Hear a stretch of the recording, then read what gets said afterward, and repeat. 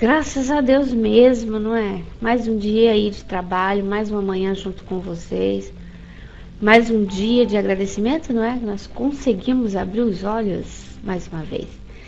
Então hoje, estudando nosso livro Sexo e Destino, já no capítulo 4, hoje 20 de janeiro de 2012, certo? Eu aqui com o apoio de vocês, a Mariazinha, o Dudu, a Flor e todos vocês para darmos a mão, tá certo? Então nós vamos começar o capítulo 4. Esse livro, para quem está pegando o áudio agora, ou quem está entrando na salinha agora, ele está falando desse drama, desses espíritos, o André Luiz e o Pedro Neves, que estão para socorrer a filha do Pedro Neves, que está com câncer, está desencarnando. E tem uma problemática familiar, porque o marido, ou o genro, né, tem uma situação afetiva complicada com a mocinha que toma conta da própria esposa. Então, uma confusão. E o Pedro Neves, como sogro, está sofrendo pra caramba, porque ele está como espírito, vendo a leviandade do próprio genro e está conseguindo perder as estribeiras, perder o controle dele mesmo, de tudo aquilo que ele tinha conquistado, trabalhando no próprio nosso lar, em companhia de espíritos mais melhorados do que ele está. Com esse contato com a família de encarnado, ele está se desequilibrando, mas o André Luiz está junto com ele, seja para ajudar, seja como um estudo também, porque o André Luiz, além de aprender, ele passa para nós aquilo que ele vivenciou, aquilo que ele sentiu. Isso é muito interessante, porque nós podemos trazer isso para nosso cotidiano, para a nossa vida, não é, de todos os dias. Então, hoje, começando o capítulo 4, bom dia a quem está chegando, Valzinho, um beijinho carinhoso para você. E vamos lá. Vocês têm um pouquinho de paciência, porque eu estou com digital, então vocês vão ouvir um barulhinho de mouse, eu que passo a paginazinha. Posso ter um ajudante que está em casa com febre, pode chegar aí a qualquer momento, abrindo a porta, fazendo pergunta. Então ele tem 4 aninhos, nem ainda tem vai fazer. Então eu peço paciência para vocês e desculpas desde então, tá certo? Então, olha só, vamos lá. Começando o capítulo 4. Acomodados de novo no aposento próximo, buscava soerguer o ânimo de Neves, positivamente desapontado. Arrojara-se o companheiro ao clima de dignidade ofendida, dando a impressão de que a família encarnada ainda lhe pertencia.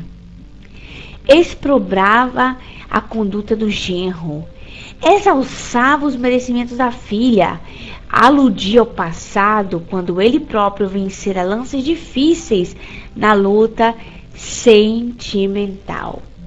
Olha que complicado. Que complicado, né, Flor? Porque ele tá do outro lado, né, Maria, energeticamente falando, dimensionalmente falando, ele está na outra dimensão, né? Ele está como espírito, vivendo a vida de encarnado, comparando-se até com o próprio genro, quando ele começa a dizer até as suas próprias vitórias pessoais no campo afetivo. Provavelmente ele estava dizendo que ele, como homem, também deve ter passado circunstâncias de tentação e que ele superou, que ele foi capaz de ser honrado, esse tipo de coisa, né? E tal, falando que a filha não merecia, vai contar a vida toda da filha, que a filha fez isso, fez aquilo, essa vida toda e não merecia isso tudo.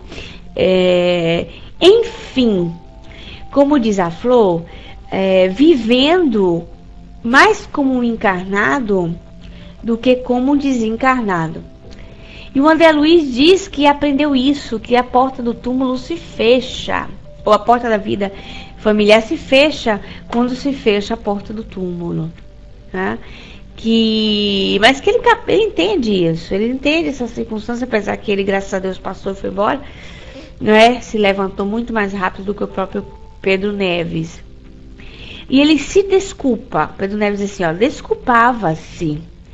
Ele via, no fundo, né, Flor, que ele estava exagerando. Ao ponto de desculpar e pedir até o André Luiz que fosse indulgente com ele, né? Bom dia, Massinha, Vanderleme, bom dia, bem-vindas. Veridiana, Elcio, um beijão.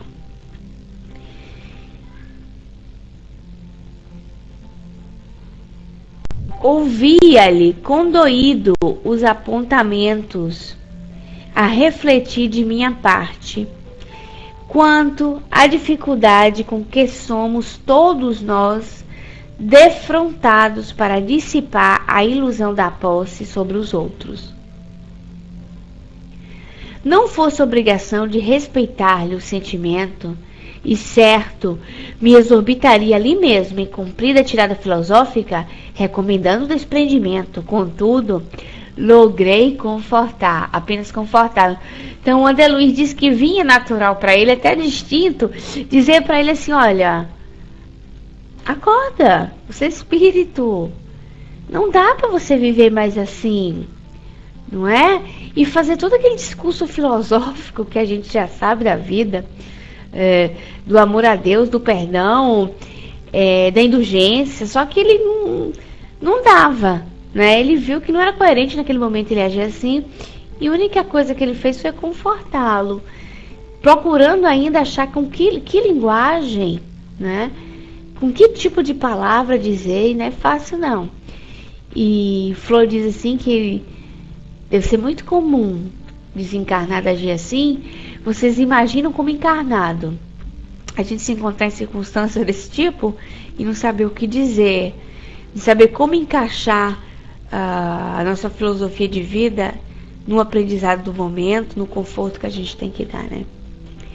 Não se aflija, disse André Luiz, né? Desde muito aprendi que para as pessoas desencarnadas, quase sempre as portas do lar se fecham no mundo para a morte, quando a morte descerra os olhos. Entretanto, não pude prosseguir. À guisa de duas crianças elevadas e jubilosas, Nemésio e Marina penetraram a câmara, fugindo claramente à presença da enferma.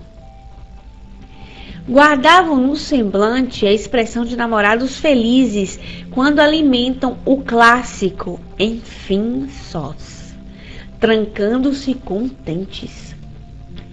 Dispus-me instintivamente a sair, mas Neves sustou-me o impulso de retirada, convidando-me aturdido. Fique. Não louvo a indiscrição, no entanto, estou ao lado de minha filha em sentido direto. Simplesmente alguns dias e devo saber o que ocorre para ser útil. E aí, dá uma paradinha aqui. O casal entrou no quarto onde eles estavam, né? Na sala onde eles estavam. E igual namoradinhos, que dizem assim, finalmente estamos sozinhos. O clássico, enfim, sós. E o André Luiz, da sua natureza, ia sair. Porque os espíritos bons fazem isso. Os espíritos com entendimentos não ficam espiando casais, né? São discretos. Eu estava ouvindo o Missionários da Luz, um áudio que o Ali colocou, do estudo Missionários da Luz, por sinal está postado no Facebook, é interessante, sobre isso, sobre essa proteção da intimidade, da sexualidade, e ele falando disso mesmo, que o Missionários da Luz tem um capítulo dedicado a isso, dessa descrição dos espíritos, né? Mas com casais que merecem essa proteção e tudo. Nesse caso, o André Luiz está ali de paraquedas, numa sala onde o casalzinho já estava, não é, afoitos e tudo mais, ele quis sair. E o sogro disse, não, vamos ficar para olhar. Eles não louvam a indiscrição. Mas a desculpa dele, eu achei muito a desculpa mesmo. Simplesmente alguns dias eu devo saber o que ocorre para ser útil. Ele estava mais querendo encuriosar mesmo, Pedro Neves, né? Porque ele já tinha seguido o casal, já tinha encontrado o casal no quarto, vocês lembram? Do hotel, em bebedeira, dançando intimidade de homem e mulher. já tinha presenciado espíritos obsessores que ficavam ali com eles, então ele estava mais do que sabendo o que estava acontecendo. Só que ele queria ver até que ponto chegava a situação. Coisa que, se ele tivesse tido a lucidez de elevação naquele momento, ele não iria fazer isso.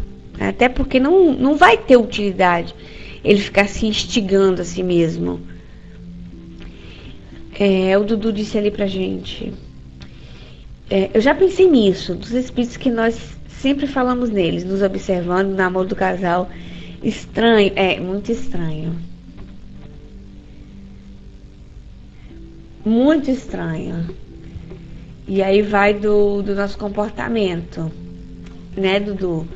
Do nosso equilíbrio, do nosso merecimento, do nosso comportamento equilibrado perante as energias genésicas. São vários fatores. Mas pensar nisso é uma coisa muito desagradável. Ter co-participante é terrível, né? E, como diz o Ali, não dá pra fechar um olho e fingir que não tá sabendo que isso existe. Então é mais fácil que a gente se eduque, né? Que a gente seja mais vigilante sobre essa circunstância aí da intimidade. Camilo, bom dia. João Mini, Marcelo, Marcela, Ana Isabel, beijo, bem-vindo a todos, né? Vamos lá.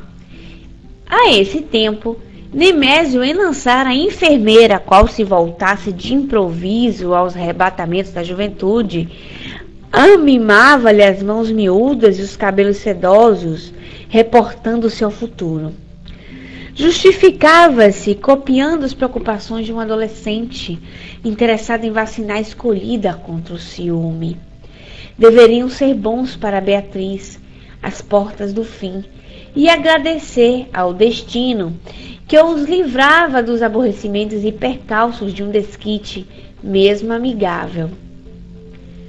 Ouvir o médico, na véspera, informando-se de que a doente não conseguiria viver mais do que algumas semanas.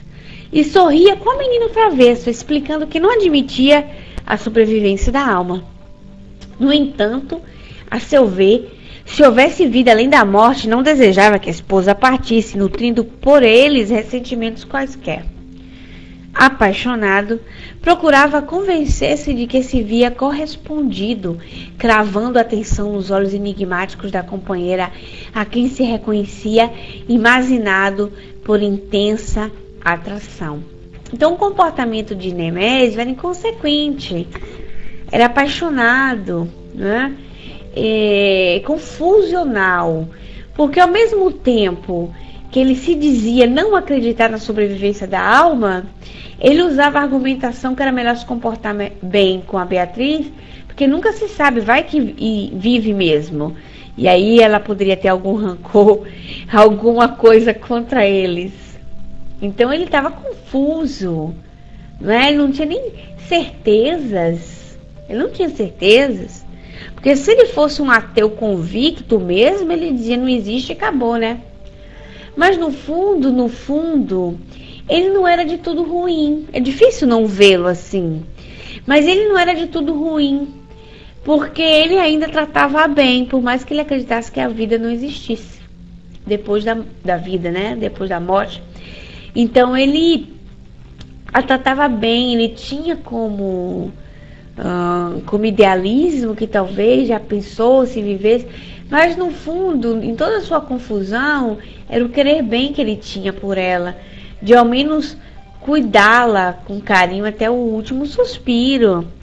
E a consciência também lateja, né? Dizendo para ele que ele é leviano. E transforma a sua consciência, que chama atenção, em atos de carinhos, como foi o estudo da semana passada, que ele se comportou tão carinhoso e realmente queria bem a esposa e pensava nela com atenções, etc. Marina, voltando aqui ao texto, Marina retribuía como quem se deixava querer bem. No entanto, apresentava o fenômeno singular da emoção jungida a ele e o pensamento voltado a outro, empenhando-se por todos os meios a encontrar nesse outro o incentivo necessário a essa mesma emoção. Nemésio comentava os próprios empeços sensibilizado. Confessava-lhe devoção inexcedível. Não a queria de ânimo inquieto, de futuro, abandonaria os negócios, viveriam felizes na casinha de São Conrado, que transformaria em bangalô confortável entre o verde do mar e o verde da terra. Olha que romântico, né? Romântico, ela novíssima, porque ela tinha apenas, eu acho que 20 e alguns anos.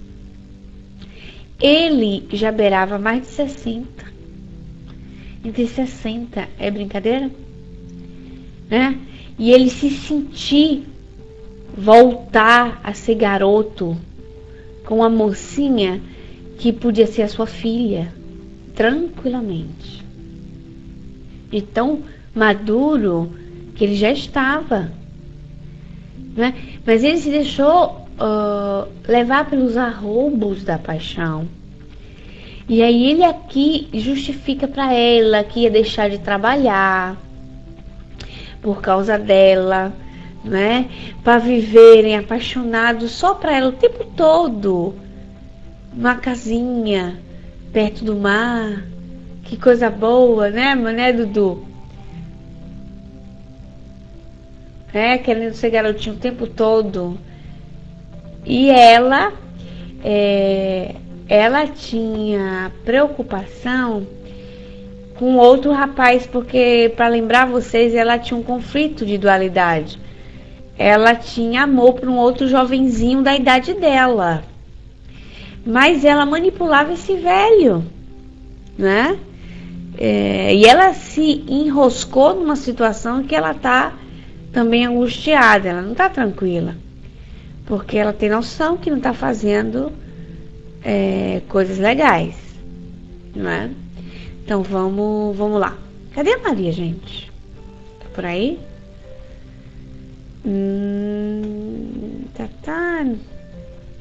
Tá.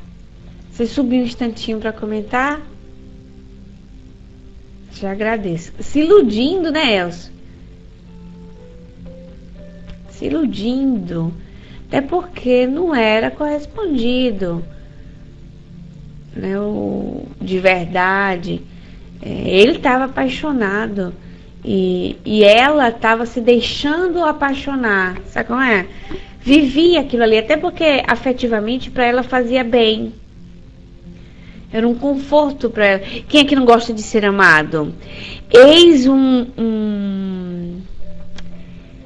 uma grande, ia dizer, trápula, não, enrascada sentimental, que muitas vezes a gente se deixa levar, não é? Tem alguém que é apaixonado por você e te ama tanto e é confortável ser querido bem, e aquilo você vai levando adiante e tal, é bom, é agradável, mas chega um ponto que você já não suporta aquela situação, porque ou você passa a amar um outro alguém de verdade, que não é aquele, ou você apaixona por outro alguém, e aí olha o rolo acontecendo, você vai jogar tudo pro alto, não é? E você vai estar lesando aquela pessoa no qual você alimentou, né? Usufruiu daquele carinho, daquela dedicação, e vai estar em manipulação afetiva. E olha os danos, né? Os danos afetivos aí que nós vemos e estamos aí no cotidiano sempre, em jornais, na nossa sociedade, na nossa família, etc. Tô passando, Maria, para você.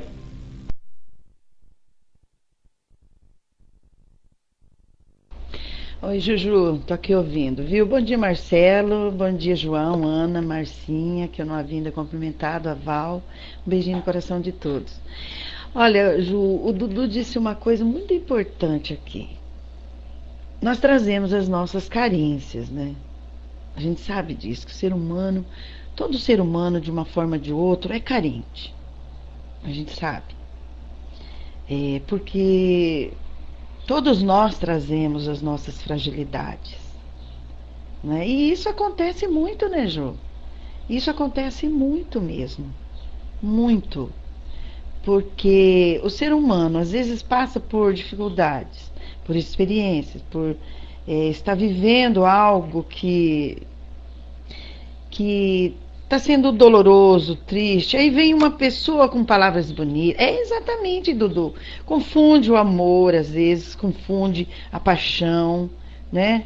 E a gente também não pode esquecer também que nós temos os nossos... e isso no momento de fragilidade, né, Elcio? Com certeza. Isso, Veridiana. E com coerência, com certeza. Mas aí é que tá, Veridiana. Para existir essa coerência, você precisa estar bem, ter uma base sólida. Olha só.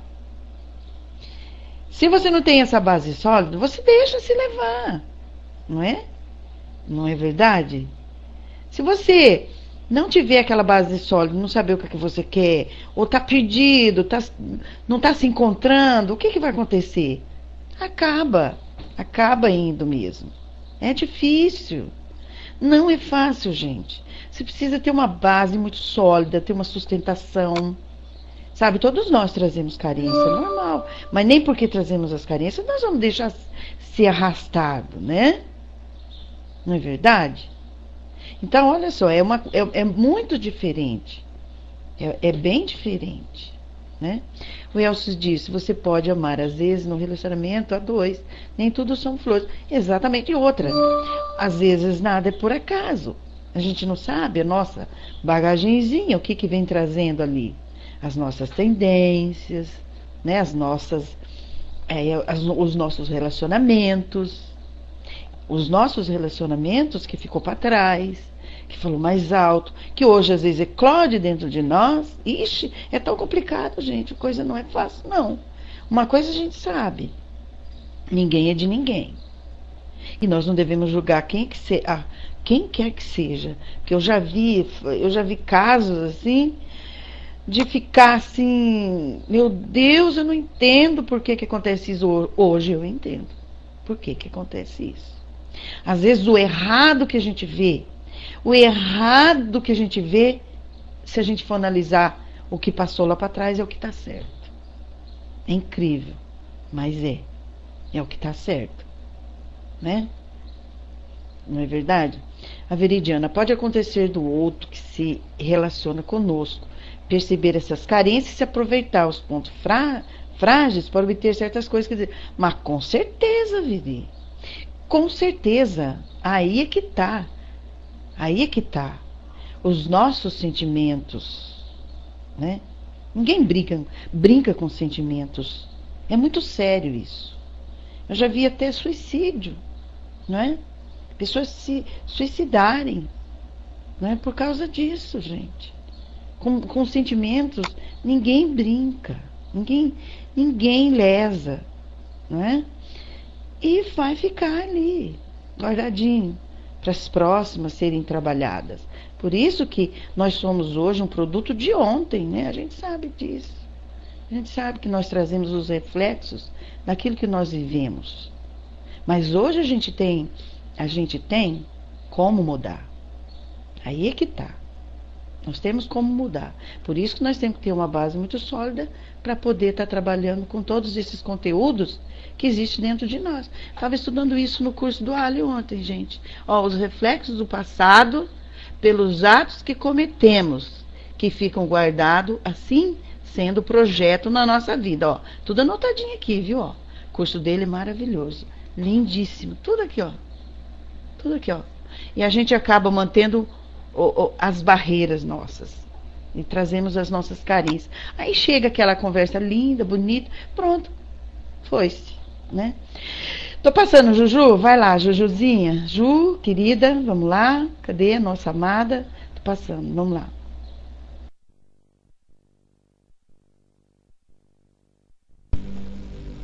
Olha lá, gente, voltando.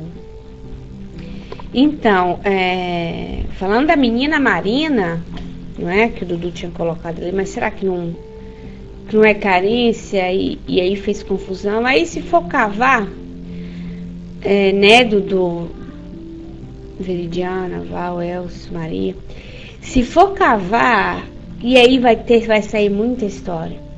Porque atualmente nós estamos falando dessa circunstância no qual eles estão vivendo e que estão lesando moralmente outras pessoas. Não é? Estamos concentrados agora sim. Então agora eles estão lesando outras pessoas. Não julgueis para não serem julgados. E a vida que eles podem ter vivido outrora, ninguém sabe. Por que essa atração com esse homem velho? Não é? Ninguém sabe os efeitos psicológicos da vida da sua infância. O pai dela deu o suficiente. E aí vai, então. Né? E aí lá se vai. Lá se vai. Porque se for cavar, vai sair muita história. Mas o livro diz que ela está dividida entre esses dois homens, mas o coração dela, né, bate por esse rapazinho. Então ela também está num estado de confusão, né? Tá em confusão, desculpem. Porque ela, no fundo, e vocês vão... Confusão, no fundo, vou continuar a leitura e vocês vão ver que ela tá num rabo de foguete. Tá? Ela entrou numa circunstância por outra, era uma admiração e tal, e aí ela tá começando a manipular ele até para usufruir economicamente. Vocês entendem? Começa a usar ele para usufruir economicamente. Ele já grande de idade, velho, rico, apaixonado por ela. E se vocês forem observar a família dela, vocês vão ver uma educação, uma mãe totalmente estranha, ambiciosa, que gosta de dinheiro, entendem? Então, se for cavar, vai sair coisa. Mas para que a gente entenda, a gente tem que dar seguimento no livro, porque é um drama muito interessante. E além não é só que um interessante como uma novela, mas é que acontece isso sempre mesmo, todos os dias, até mesmo nas próprias novelas, né? Que é uma lição de vida, né, Elcio? É uma coisa comum, tá aí na vida real. Eu não sei quem foi disso, acho que foi o Wagner que tinha dito. Às vezes eu acho que o André Luiz se inventa as coisas, porque aí no dia, foi quando iniciou o livro, disse assim, é porque é tão real que para algumas pessoas acho que é uma história, né? Mas que são fatos. São fatos. Não é?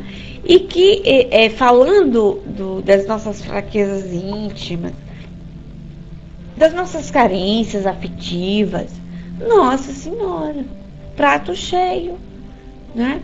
Mas se aí a gente for, se agora a gente for falar disso, a gente não para mais nunca, né? Porque é assunto para seminário.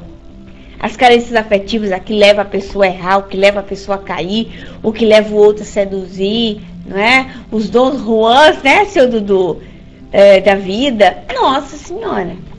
Mas vamos focar agora aqui na Marina. Vamos focar na Marina, na vida da Marina e na circunstância da Marina. Vamos lá. E aí, porque a gente tá falando que tá se sentindo garotos, né? Né, Val? Olha só. Mandaria aprestar reconstrução em estilo novo, a fim de que a moradia os recebesse. No momento oportuno, já estava mandando reestruturar a casa, né? Remodelar e tudo mais. Que ela confiasse. Aguardaria apenas a modificação do próprio estado social para conferir-lhe o título de esposa. Esposa para sempre.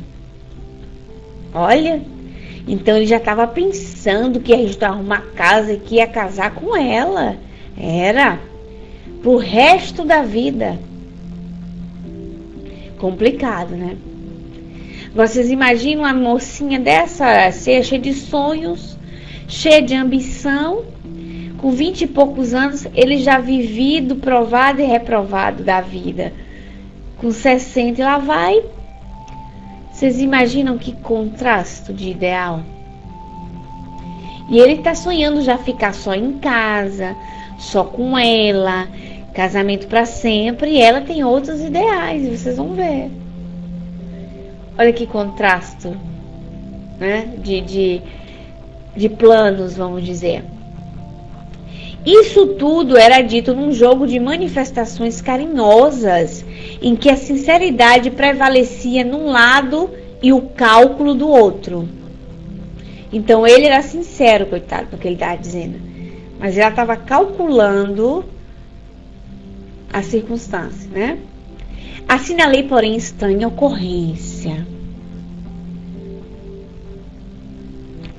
Ele e ela comunicavam-se entre si as mais ternas expansões de encantamento recíproco, sem ser dissoluto, e pareciam aderir automaticamente às expressões que esboçávamos, de vez que acompanhávamos os mínimos gestos dos dois, com aguçada observação, prejulgando-lhes os desígnios com fundo de nossa própria experiência inferiores já superadas.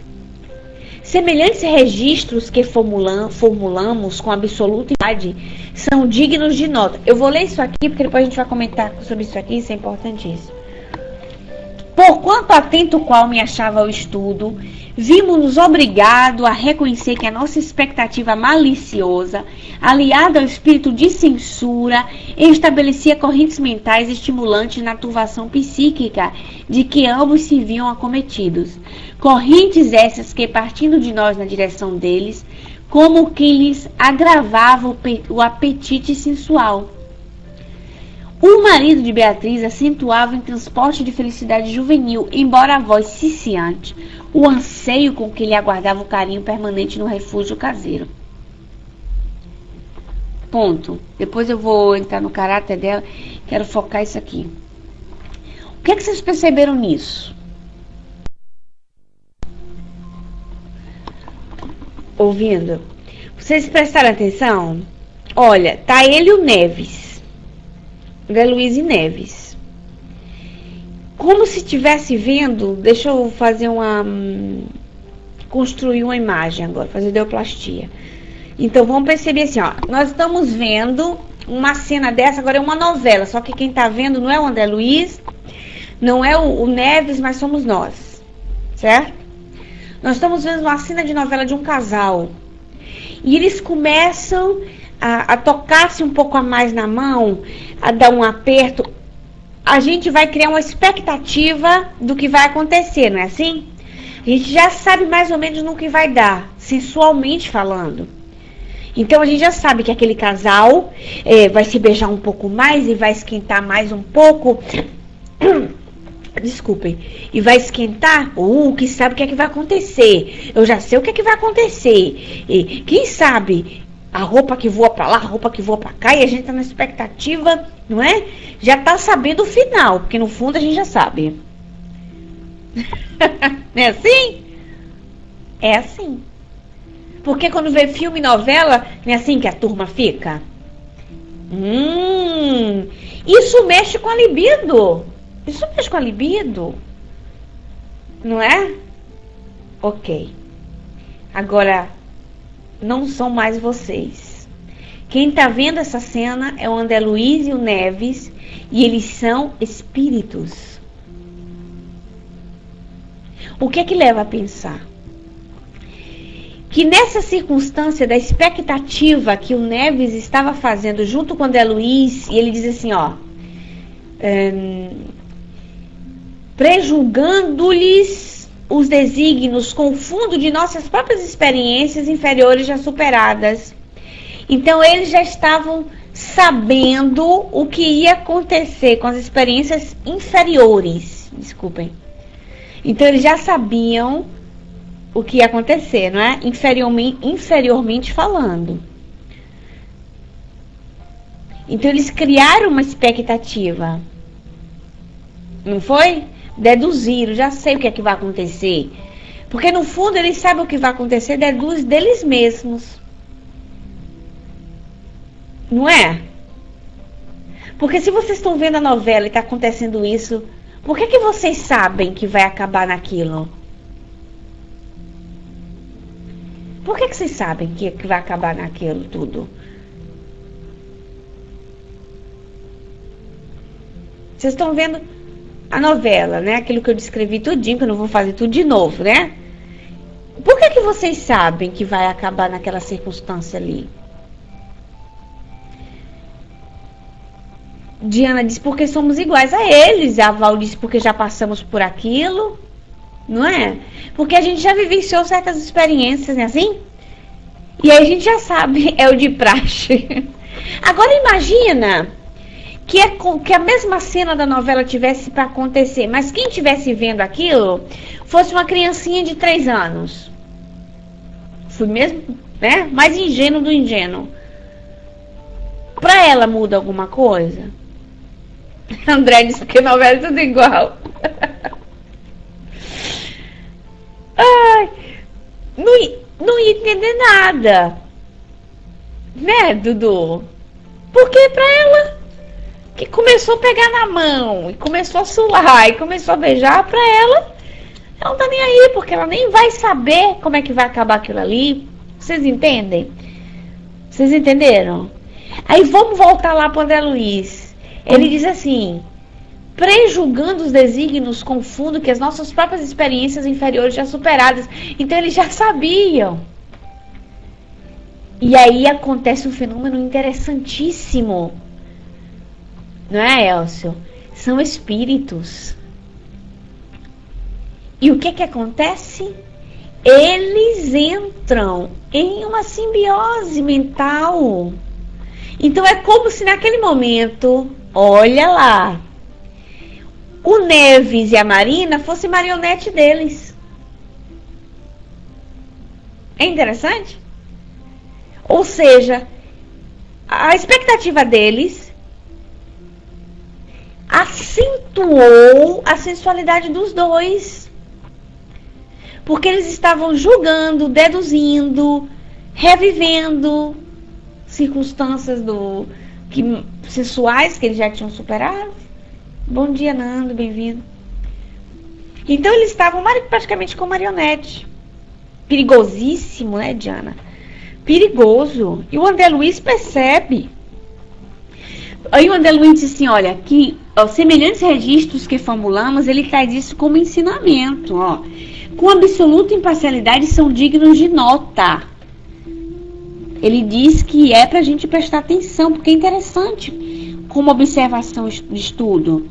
Porquanto, atento qual me achava ao estudo, vimos-nos obrigados a reconhecer que a nossa expectativa maliciosa, ó, a malícia, aliada ao espírito de censura, estabelecia correntes mentais estimulantes na turvação psíquica, de que ambos se viam acometidos. Mentes essas que, partindo de nós em direção deles, como se lhes agravava o apetite sensual.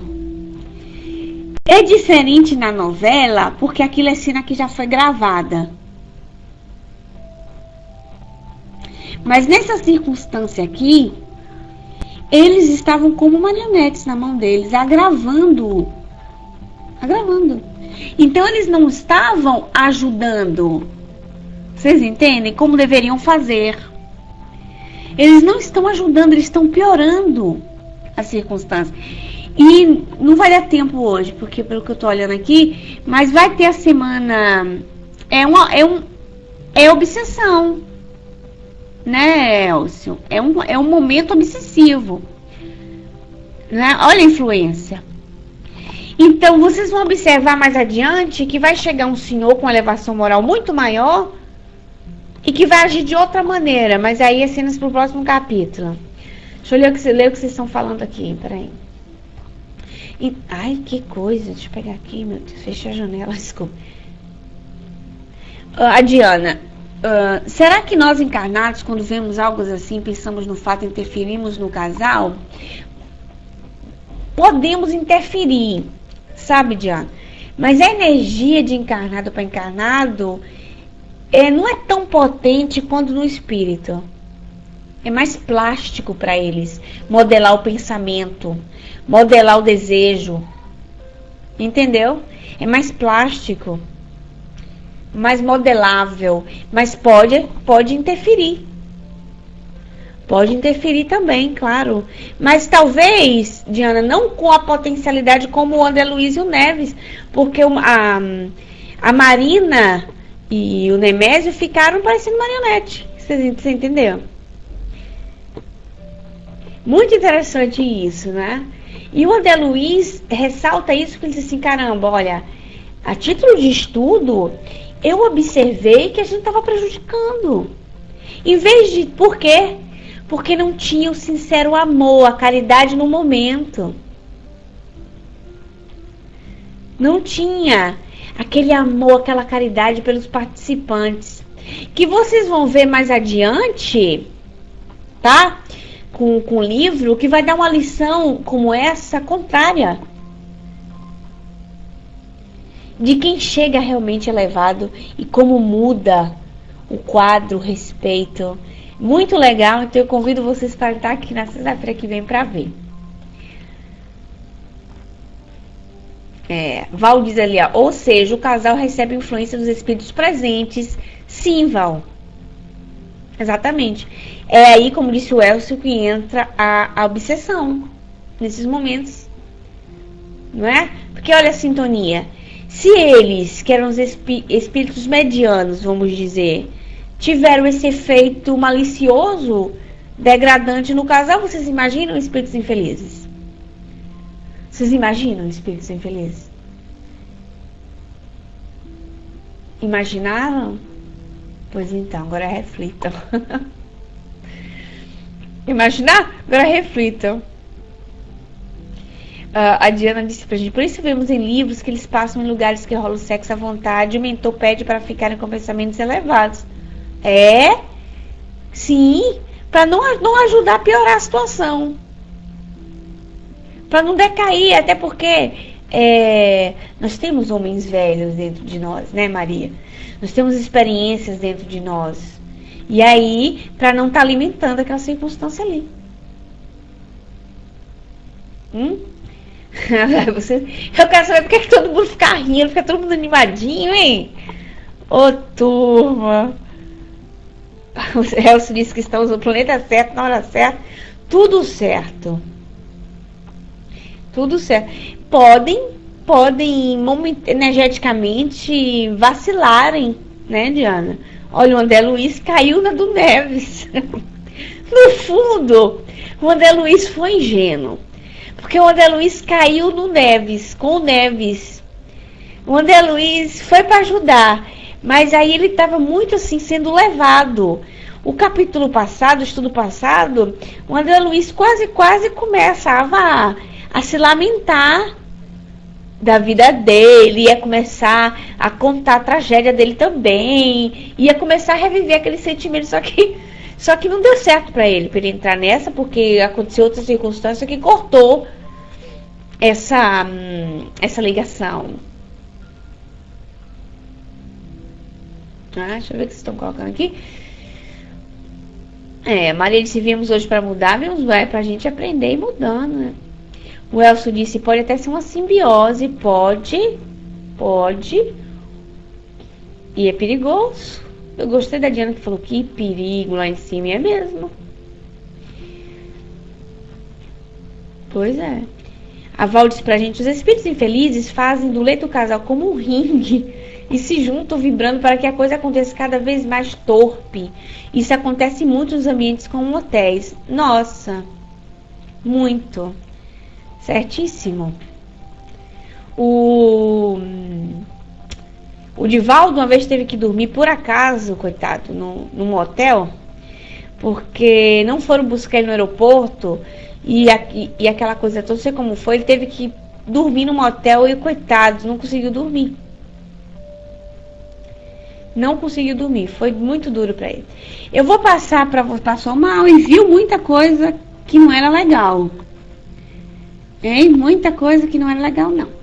Eu vou colocar para vocês aqui agora a nossa rádio novela. Prepare as suas pipocas, as suas cobertinhas, quem tá com frio, e vamos lá.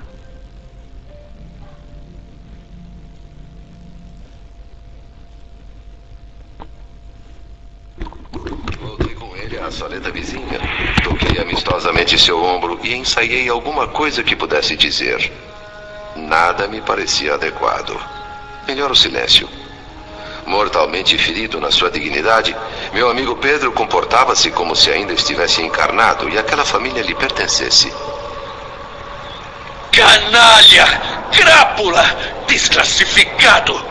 Como esse homem asqueroso pode ter a coragem de fazer tal coisa com a minha filha? Beatriz não merece isso. É uma criatura maravilhosa. Que castigo seria suficiente para um monstro desses? Não sei bem o que dizer, meu amigo. Mas uma coisa eu já aprendi. Para os desencarnados, quase sempre as portas do lar se fecham no exato momento em que se fecha o caixão. Ouvindo você, recordo meus próprios conflitos, a luta que enfrentei para dissipar a ilusão de posse sobre os outros. Mas creio que nenhum discurso filosófico que eu possa fazer agora, recomendando coragem e desprendimento, vai fazer efeito. Eu lhe peço desculpas, André. Eu não consigo me controlar. Eu já tentei optar pelo completo desprezo a esse homem, mas me parece pouco. Eu fico buscando na imaginação alguma coisa que possa feri-lo na mesma proporção do que ele está fazendo. Sei que o olho por olho, dente por dente é odioso e contrário a tudo que aprendemos, mas ainda não me sinto em condições de superar tudo isso. No meio das considerações de Pedro, a situação se agravou ainda um pouco mais. Nemésio e Marina entraram na pequena sala onde estávamos. Lembravam duas crianças enamoradas, enlevadas uma pela outra. Obviamente estavam fugindo à presença de Dona Beatriz, em busca do sonhado enfim sós. Trancaram a porta de com o quarto da doente.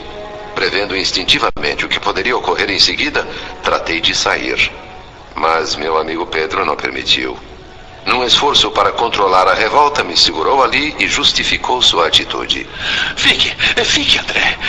Eu sou contra a indiscrição. Eu não aprovo a bisbilhotice. Mas neste caso, eu preciso saber de tudo o que acontece para melhor ajudar a minha filha. Espectadores privilegiados, porquanto não podiam ser vistos pelos atores da cena, Pedro e eu estávamos atentos ao diálogo dos felizes namorados. Nemésio, num gesto arrebatado e juvenil, enlaçou vigorosamente a moça pela cintura. Feliz, minha querida? Muito feliz. E muito ciumenta. Essa é muito boa.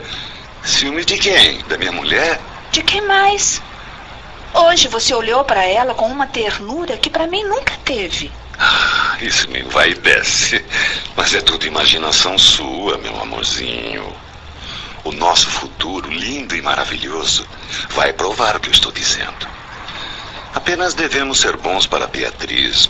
Não custa nada. É um dever humanitário até. Ela está próxima do fim. Não tem mais do que algumas semanas de vida, como disse o médico. Pense, Marina, que nem a preocupação com despesas de um desquite nós vamos ter. Sim, porque uma separação, mesmo amigável, sempre vem acompanhada de um custo elevado e mais as dores de cabeça. E tem outra coisa. Eu não acredito nessa história de sobrevivência da alma.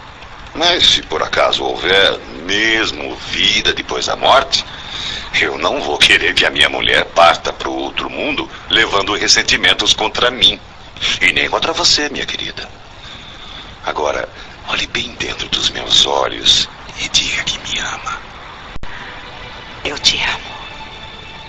Te amo demais.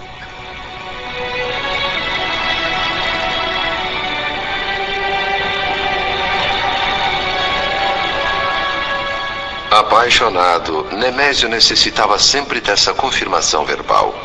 A ele não bastavam as demonstrações de afeto por parte de Marina. Gravando nela o olhar, confessava-se irremediavelmente preso à jovem por uma atração irresistível. Ela, por sua vez, correspondia com a mesma intensidade. Mas aquele outro personagem, o rival de Nemésio, reaparecia agora ocupando seu espaço na mente da jovem. Era um fenômeno muito estranho. Marina estava emocionalmente ligada ao genro do meu amigo, e simultaneamente o pensamento dela buscava com ansiedade o outro, mais jovem. Abismado, percebi todo o complexo mecanismo. Ela mentalmente usava o moço como fonte de incentivo para alimentar a emoção pelo velho. Complicado, incrível, mas real. Alheio ao conflito íntimo de Marina, Nemésio falava de seus planos. Eu te amo com loucura. Mais do que amor, é devoção que eu sinto por você, Marina. Eu tenho trabalhado muito, estou construindo uma economia sólida que me permita no futuro abandonar os negócios e viver só para você, às 24 horas do dia. A casa de São Conrado, à beira da praia, já está praticamente pronta, à nossa espera. Só um pouquinho mais de paciência, minha querida. Meu estado civil muda para viúvo um dia e no dia seguinte muda outra vez para casado. Com você, para sempre. O diálogo prosseguia caloroso entre os dois. Confiantes na privacidade da pequena sala, Nemésio e Marina trocavam intensas declarações de fidelidade eterna num clima de encantamento e ternura, mas ainda sem atitudes ousadas ou investidas mais íntimas. Nesta altura devo fazer uma observação, que na verdade é o reconhecimento de um fato digno de nota. Pedro Neves e eu, atentos aos mínimos gestos do casal e sempre na expectativa, notávamos que a conversa deles evoluía aos poucos, transformando-se depois num jogo de sedução que, previsivelmente, iria desaguar num clímax amoroso completo ali, diante de nós. Mas percebi que era exatamente a nossa expectativa maliciosa, aliada ao espírito de censura, que criava correntes mentais estimulantes à sensualidade. Eu e meu amigo prejulgávamos, prevíamos com certeza o que faria o casal em seguida. Melhor explicando, Nemésio e Marina tornaram-se alvos de nossas impressões, que por sua vez resultavam de nossas próprias experiências inferiores, já superadas. Era como se de mim e de Pedro partissem na direção do casal poderosas ondas de força que agravavam seu apetite sensual. Essas cogitações ocupavam meu pensamento, quando Marina, de repente, começou a chorar. Sem entender o motivo, Nemésio beijou-lhe o rosto, preocupado. Desculpe, meu querido. Desculpe.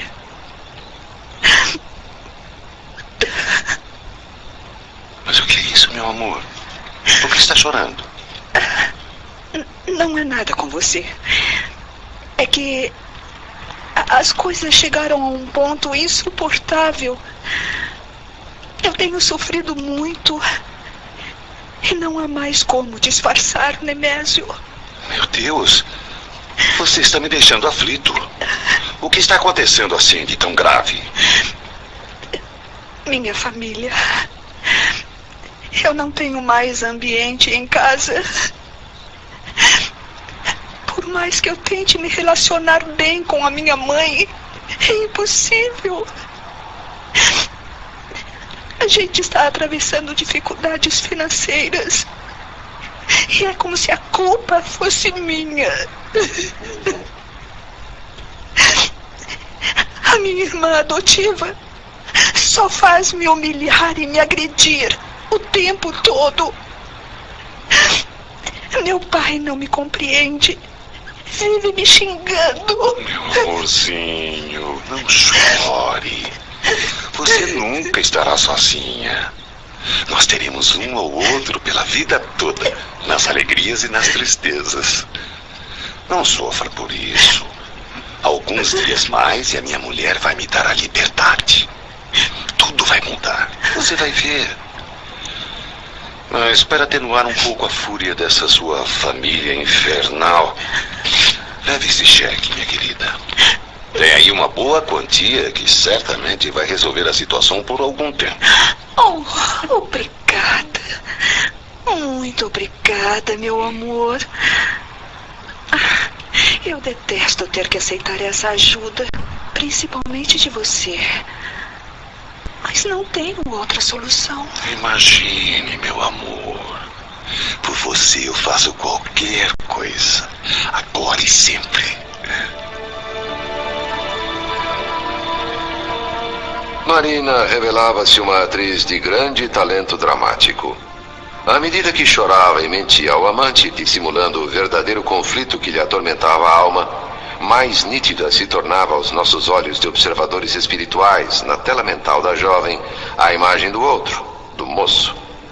A crise de choro resultava diretamente desse conflito. Sentia remorso por receber de Nemésio sinceras juras de amor e ao mesmo tempo amar até a loucura aquele outro rapazinho franzino. Inexperiente diante de tão escabroso dilema, Marina explodia em lágrimas por não saber lidar com a situação.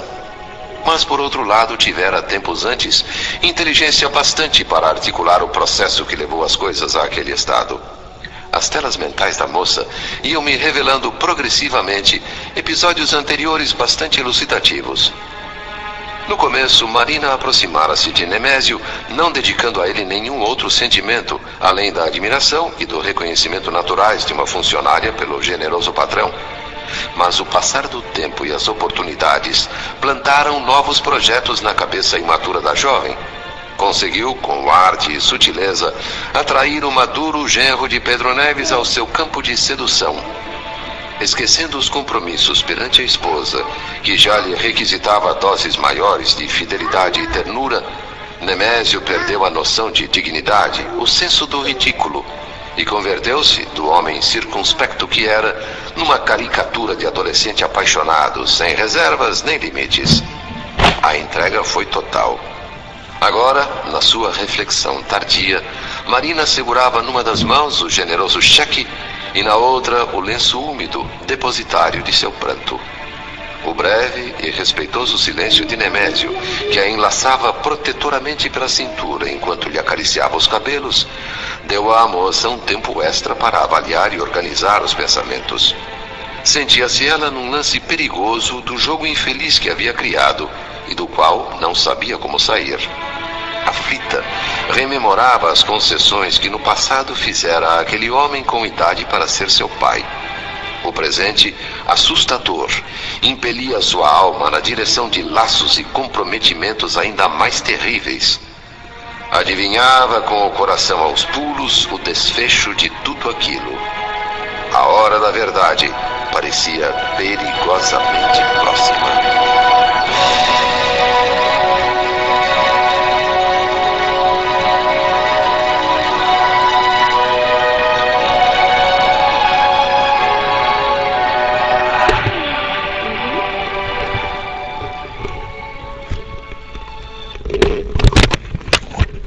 Prontinho. Incrível, né? Concluindo o trabalho de hoje. Com a bela tosse de Giuseppe aqui na boca do microfone. Né? Dizendo. Tá demorando.